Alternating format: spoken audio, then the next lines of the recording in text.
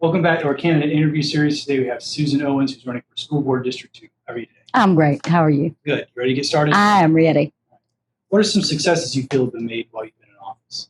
Well, I've always supported a dual track approach, catering to both college-bound and technical vocational students.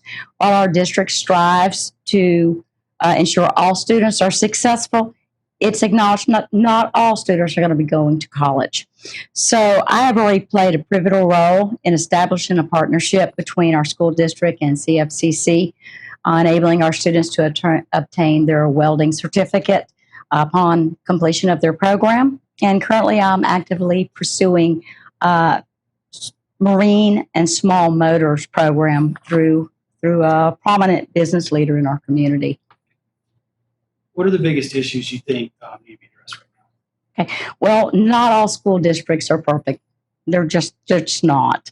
But some things need to be addressed and fixed in our district. The first thing is we need a better layer of security to keep our students and staff safe.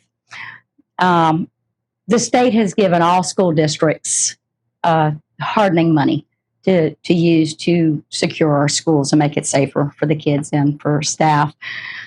We learned a few board meetings ago that the state had given our district this money, and for the last 3 years, unfortunately, it was not used, so the district had to give it back.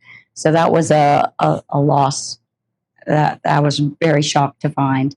The superintendent somehow missed that, and he's a good man. He just missed it. The next issue, I think, is having retention for all the top quality teachers and staff. Beginning teachers got a very hefty increase thanks to the governor, what he has done to make teaching more of a profession that actually pays your bills. But the pay scale that we have in the middle and the top is not, our increases haven't been that much for them.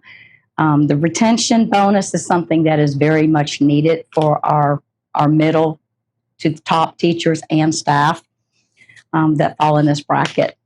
Another thing that is an issue, I do believe, is beginning to affect our district is growth. Growth is going to be addressed with the new elementary school down the road in the next few years.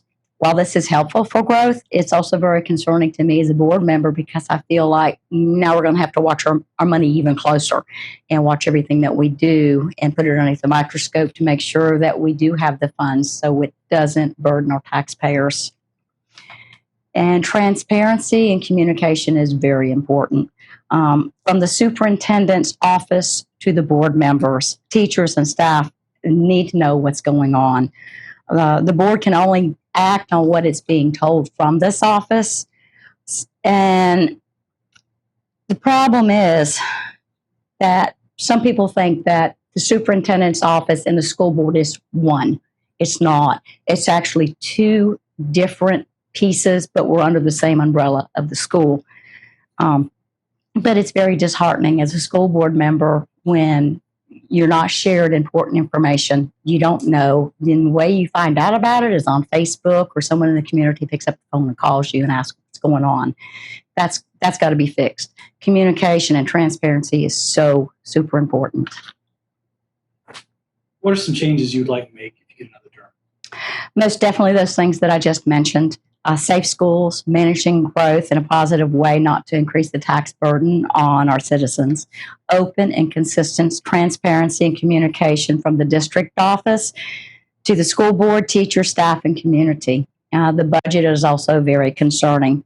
I would like to see more vocational technical programs, though, for our students. There's so many grants out there, and we have some amazing people that work on our CTE programs that tend to find those great grants for our kids.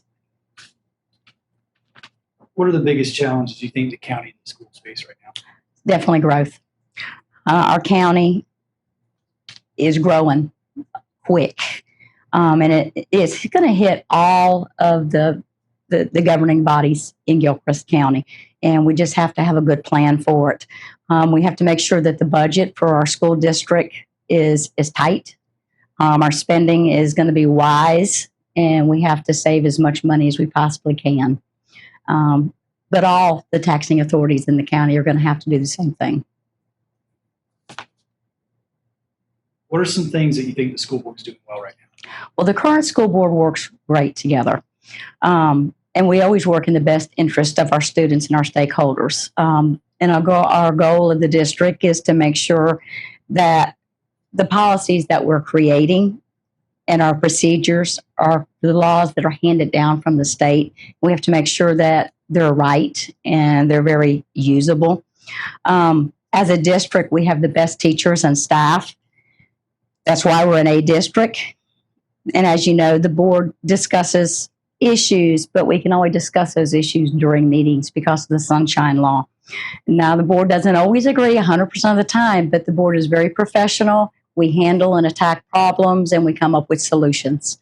So the board works very well together. We're going to have a lot of financial discussions coming up. What makes you the best candidate for the position? Well, everything that I've mentioned, and I'm a true champion of the children. You know, from going to the meetings, whenever there's a problem, I always speak to that problem. It's always 100%. No one knows who said it unless they've asked me to disclose their name.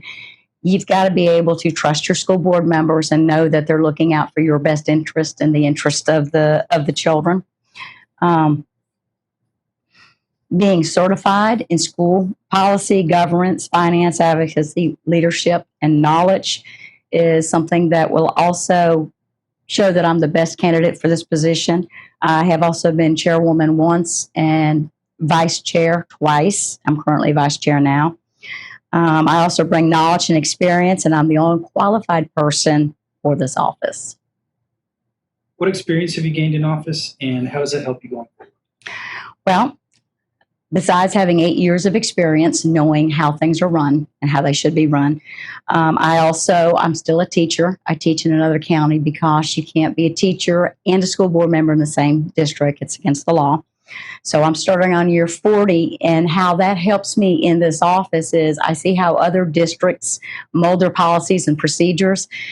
And if it's something that I see that there's an issue with when we do ours or redo ours, then I have that benefit and that knowledge of what works and what doesn't work, because we want our kids to be successful, and we want policies that you can actually live with, following the law, but live with.